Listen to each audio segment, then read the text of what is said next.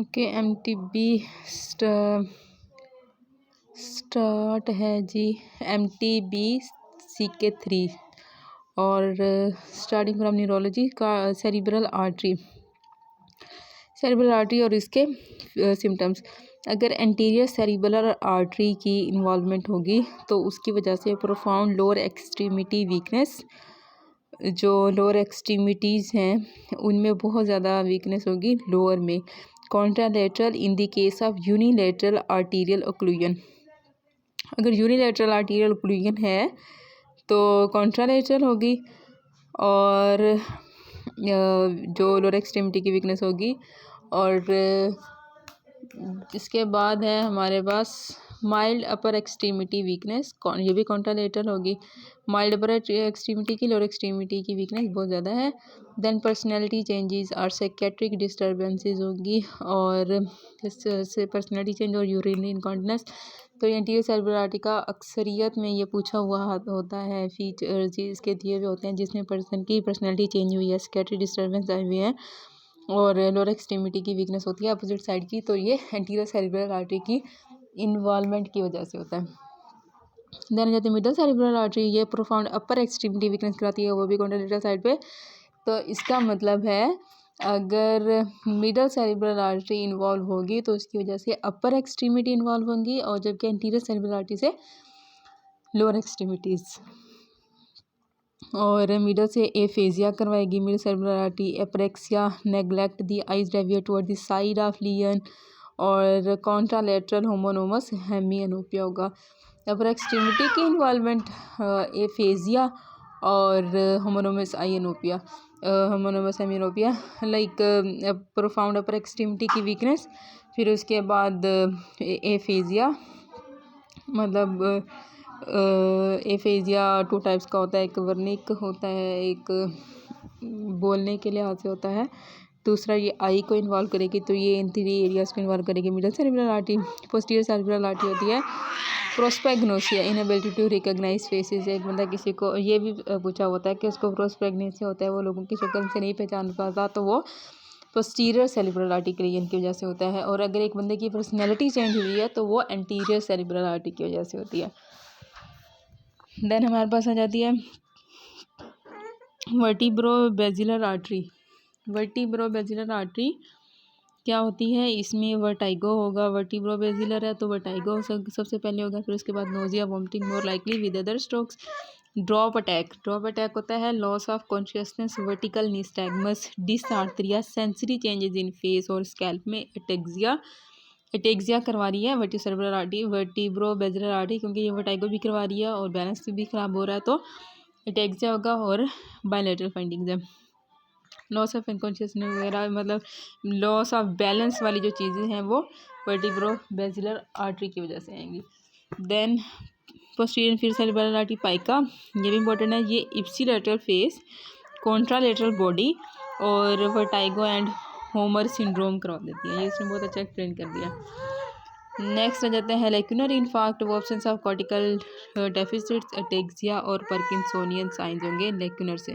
इसके बाद आ जाती है ऑफ्थेल्मिक आर्टरी। ऑफ्थेल्मिक आर्टरी की वजह से हेमोरोसिस फिगस होता है। हेमोरोसिस फिगस कहते हैं ट्रांजिएंट आई का विजन लॉस हो रहा होता है या एक साइड का हो रहा है, तो इस ट्रांजिएंट लॉस को, विजन लॉस को कहते हैं हेमोरोसिस फिगस। तो ये हमने 3 सेरिब्रल आर्टरीज जो इंपॉर्टेंट थी उसके बारे में पढ़ा। एंटीरियर सेरिब्रल आर्टरी है तो कॉन्ट्रालेटरल लोअर एक्सट्रीमिटी को इन्वॉल्व करेगी, माइल्ड अपर एक्सट्रीमिटीज़ को करेगी, पर्सनैलिटी चेंजेस करवाएगी, यूरिनरी इनकॉन्टिनेंस करवाएगी। मिडल सेरिब्रल आर्टरी ने अपर एक्सट्रीमिटीज़ को करवाना है, एफेजिया करवाना है और होमोनोमस हेमिअनोपिया वाले चीज़ें करवानी है। और पोस्टीरियर सेरिब्रल आर्टरी पोस्टीरियर प्रोस्पेग्नोसिया करवाएगी, पीछे पोस्टीरियर प्रोस्पेग्नोसिया। और वर्टिब्रोबैजिलर आर्टरी तो वैसे ही बैलेंस डिस्टर्बेंसेस करवा रही थी। PICA posterior inferior cerebral artery ये इप्सिलेटरल फेस को करेगी, कॉन्ट्रालेटरल बॉडी को करेगी। और एक और इम्पोर्टेंट चीज़ होती है वर्टाइगो और हॉर्नर सिंड्रोम के फीचर्स, तो ये पाइका की वजह से होते हैं। पाइका की वजह से क्या हो जाएगा, इप्सिलेटरल फेस होगा, कॉन्ट्रालेटरल बॉडी होगी, वर्टाइगो और हॉर्नर सिंड्रोम के फीचर्स होंगे।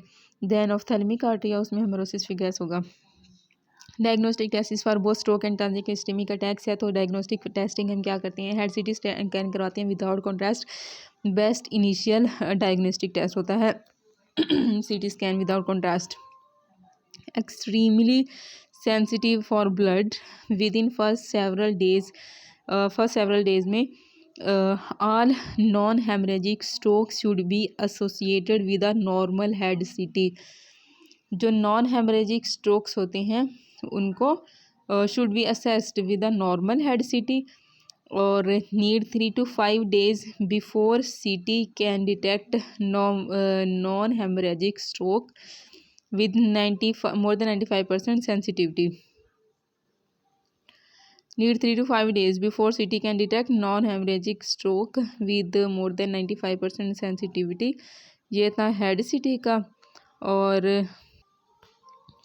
तो ये हेड सीटी स्कैन हो गया विदाउट कॉन्ट्रास्ट। ये बेस्ट इनिशियल डायग्नोस्टिक टेस्ट होता है जो कि एक्सट्रीमली सेंसिटिव है for blood. MRI achieves more than 95% sensitivity for a non-hemorrhagic stroke within 24 hours. तो इसकी सेंसिटिविटी ज़्यादा है, more than 95% sensitivity non haemorrhagic stroke के लिए। बट सीटी is more done first, less expensive, more sensitive for blood. तो first पे आपने सीटी करना है। MRA most accurately images of brain for stroke can be positive with in 30 to 60 minutes of stroke. इसका मतलब है MRA जो है ना ये मोस्ट एक्यूरेट इमेज बनाता है ब्रेन की। तो ये जिसमें 30 to 60 मिनट्स ऑफ स्ट्रोक में ये MRA पॉजिटिव आ जाता है। Add statins to all non hemorrhagic statin में स्टेन ऐड करेंगे, स्टेटन्स देते हैं इनको। तो TPA बिटवीन 3 to 4.5 आवर्स।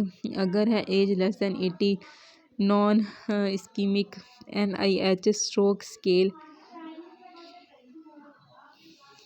तो NIH stroke scale less than 25, not diabetic with previous stroke, diabetic नहीं है, नॉट एंटीकोगुलेशन। तो TPA आपने बिटवीन 3 to 4.5 आवर्स में करना है। Always do head CT without contrast before anticoagulating to exclude haemorrhagic stroke within the past 3 hours. TPA 3 to 4.5 hours में उसने कहा है कि आपने ये TPA देना है। Thrombolytics TPA if stroke is not severe.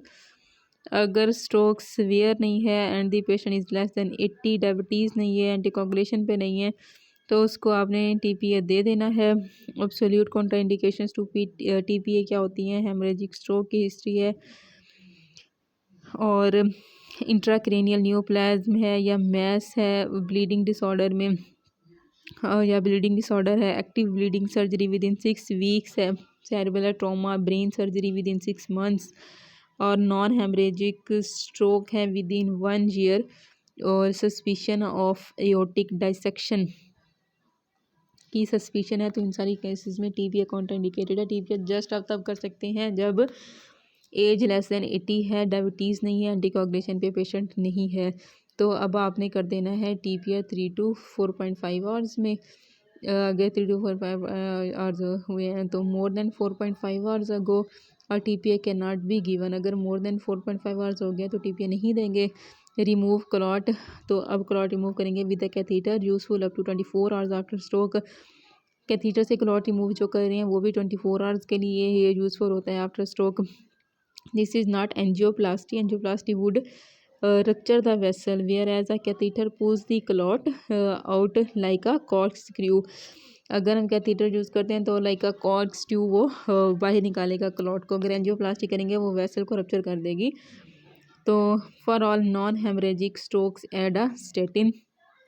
Antiplatelet therapy is indicated in all those with stroke. RTIA के साथ हैं, ट्रांजिट इस्केमिक स्ट्रोक्स के जो पेशेंट्स हैं इनमें एंटीप्लेटलेट थेरेपी इंडिकेटेड है। This includes pregnant patients. Pregnancy is not a contraindication to TPA। तो ये TPA में कॉन्ट्राइंडिकेटेड नहीं है, इसमें प्रेगनेंसी में।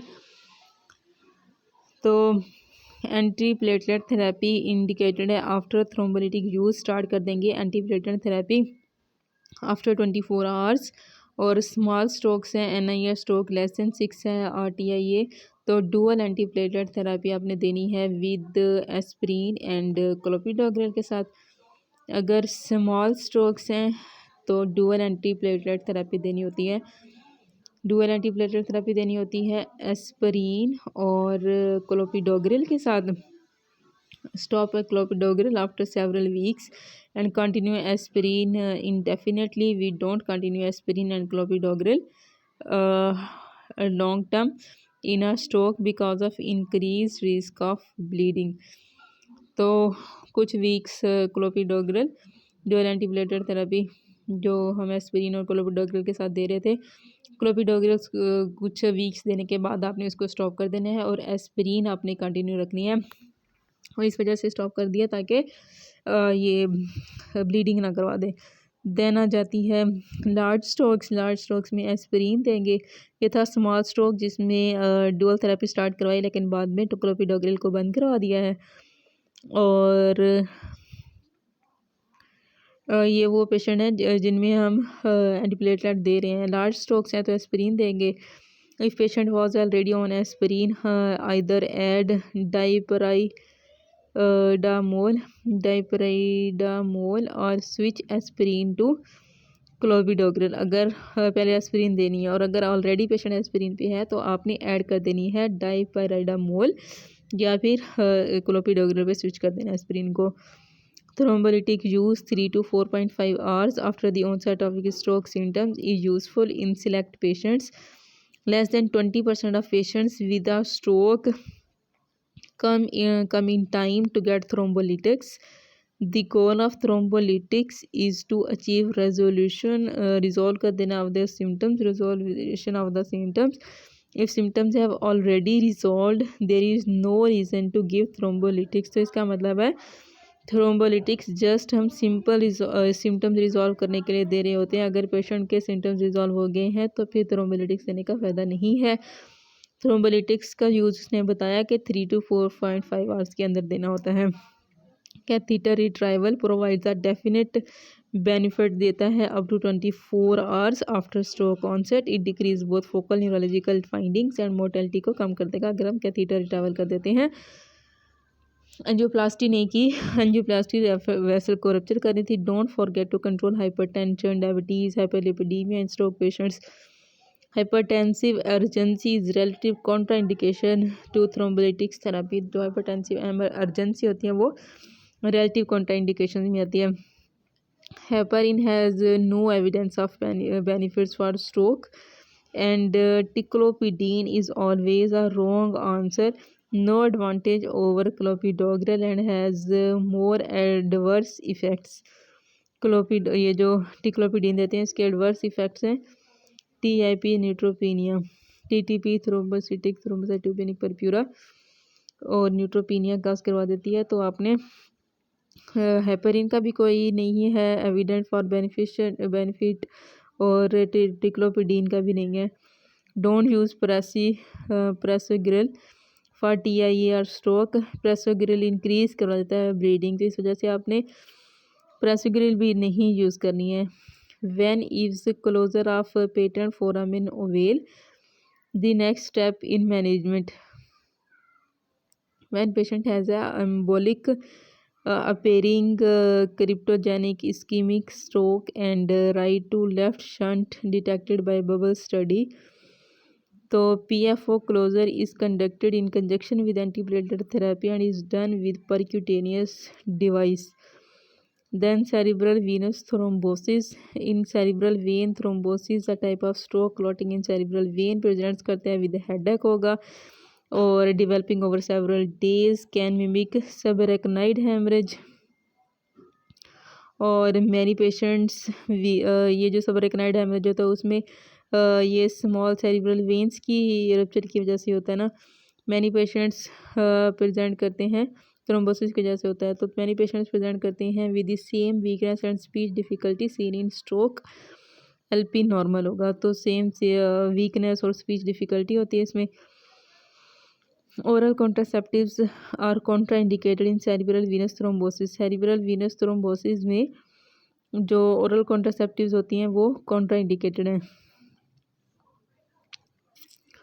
ओरल कॉन्ट्रासेप्टिव्स आर कॉन्ट्राइंडिकेटेड, ये एक और इंडिकेशन आ गई वीनस थ्रोम्बोसिस में ओरल कॉन्ट्रासेप्टिव्स।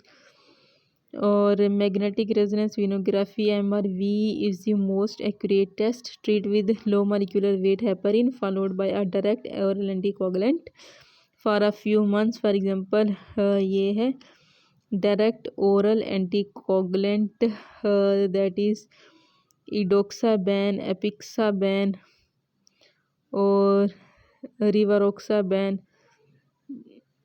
डेबिगैट्रन। तो MRV मोस्ट एक्यूरेट टेस्ट है, अपने टेस्ट करना है with low molecular weight heparin के साथ ट्रीट करना है और followed by the direct oral anticoagulants देनी है।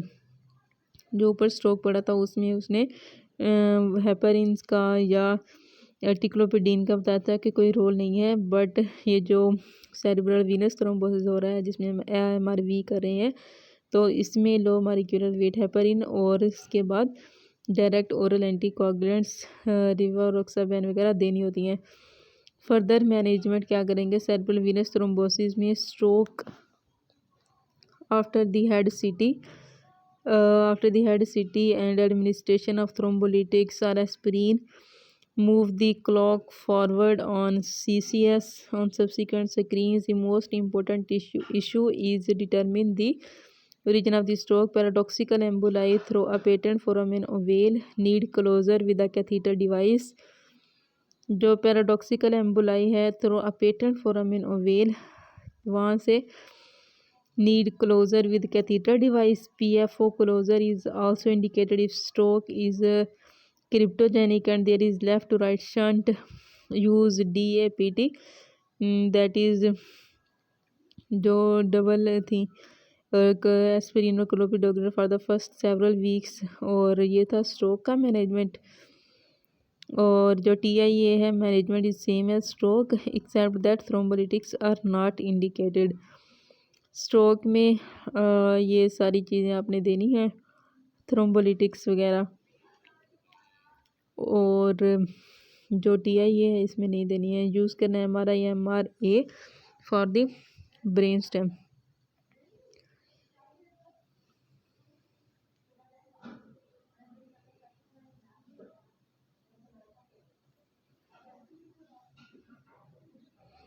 देन इसने बताया the following are indicated in all patient with stroke और TIA। इकोकार्डियोग्राम ECG वो जो इको होती है वो करेंगे। Anticoagulation for clots, possible surgery for valve vegetations, carotid Doppler करेंगे। एंडाट्रैक्टमी फॉर स्टेनोसिस मोर देन 70% है but not if it is 100%। Do only if patient is symptomatic stenosis of the कैरोटिड्स even when the passage is narrowed.